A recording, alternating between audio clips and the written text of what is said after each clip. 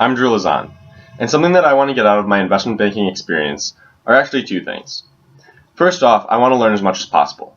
I want to learn everything from the best way and the correct way to format a pitch book, to the correct way to model different financial scenarios, to just learning how to interact with the client and make sure that I'm delivering the most amount of value for that client.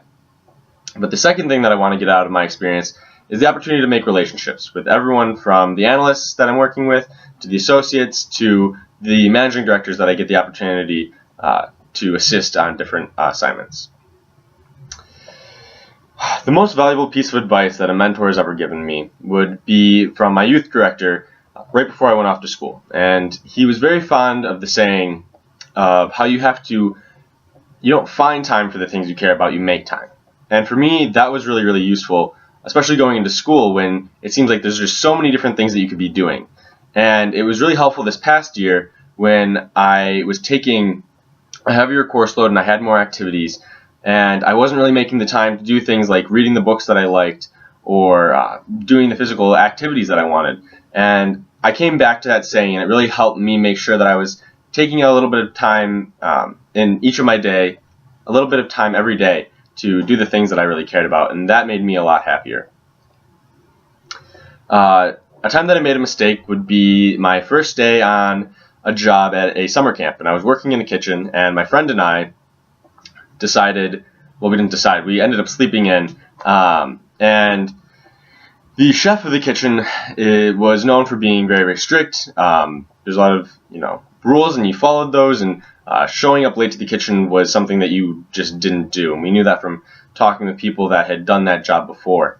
But we ended up sleeping in late, and so what my friend and I did is we apologized profusely and then proceeded to clean the drain for the sink, which is one of the least desirable jobs in that kitchen. And then after that, I made sure to show up every day early, and I would always ask from the moment I got there to the moment I left what I could do to help whenever I had a free moment. And by the end of that summer, I think that the chef really understood that I cared about what I was doing, and I took that job seriously, and I'm very proud of what I ended up doing that summer.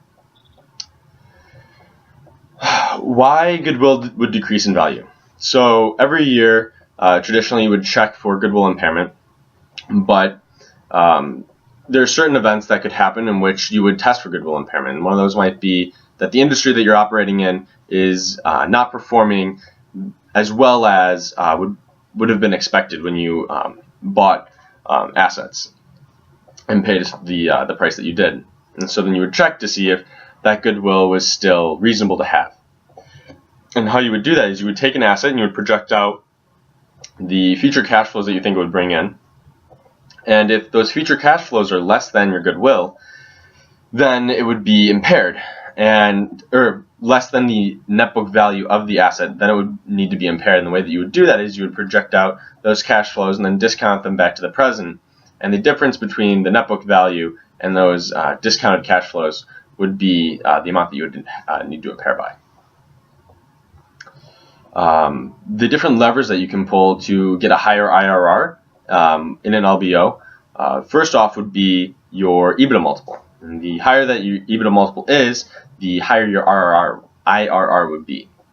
Some other things that you could do is you could project that you would be paying less for a company.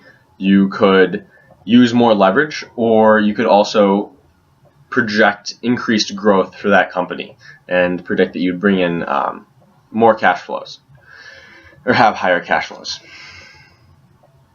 And then working capital. So your net working capital is the difference between your current assets and your current liabilities. And if you had current assets of 125 and current liabilities of 175, the difference would be 50. And the way that would be reflected on your statement of cash flows would be a net cash outflow of $50. Thank you for watching this video.